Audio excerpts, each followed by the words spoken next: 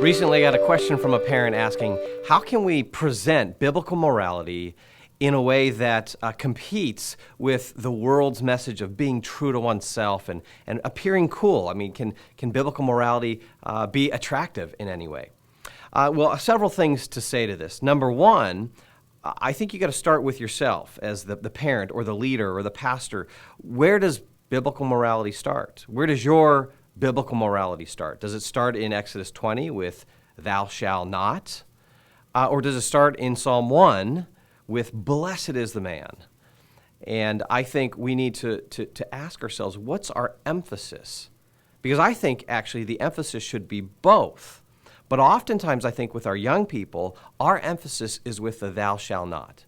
Don't do this, don't do that, this is wrong, no, no, no, no, no. And certainly that's part of biblical morality. There are prohibitions against different actions. There are laws, all right? There are the 10 Commandments, these kinds of things that are, there's a biblical morality that says, hey, don't do this. There are biblical laws. But that's half the story. We need the other half as well. The other half is, blessed is the man who does not walk in the way of the unrighteous, but who is practicing righteousness and who is flourishing. This is the message of Psalm 1, right? He is like a tree firmly planted by streams of water.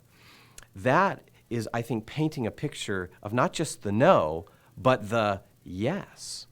So when you do say no, when you live according to God's principles, what results?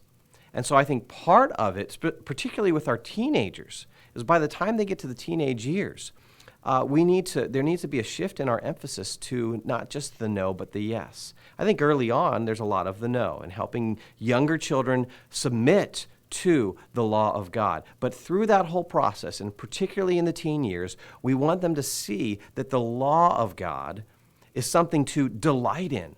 The law of God is something that's good, that it's life-giving.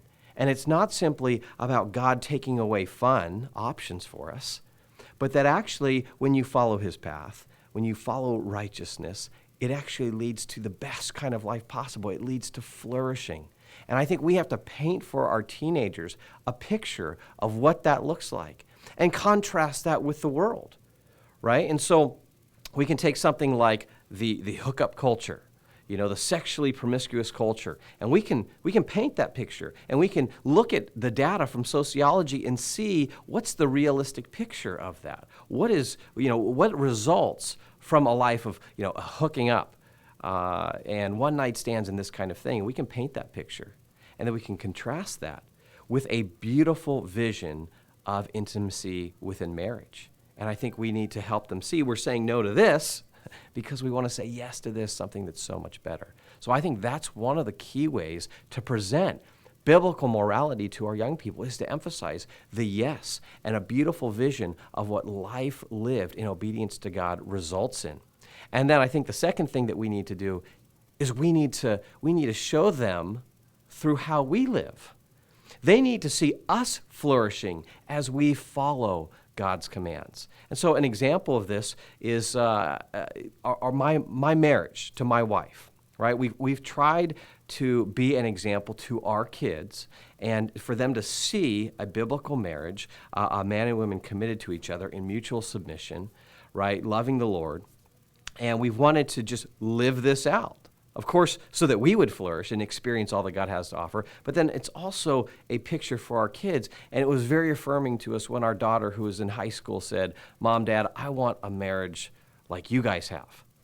And that was encouraging for us because it helped us to see we're painting a vision through how we live. And so it's more than just me telling my kids. It's also them seeing biblical morality lived out in my own life.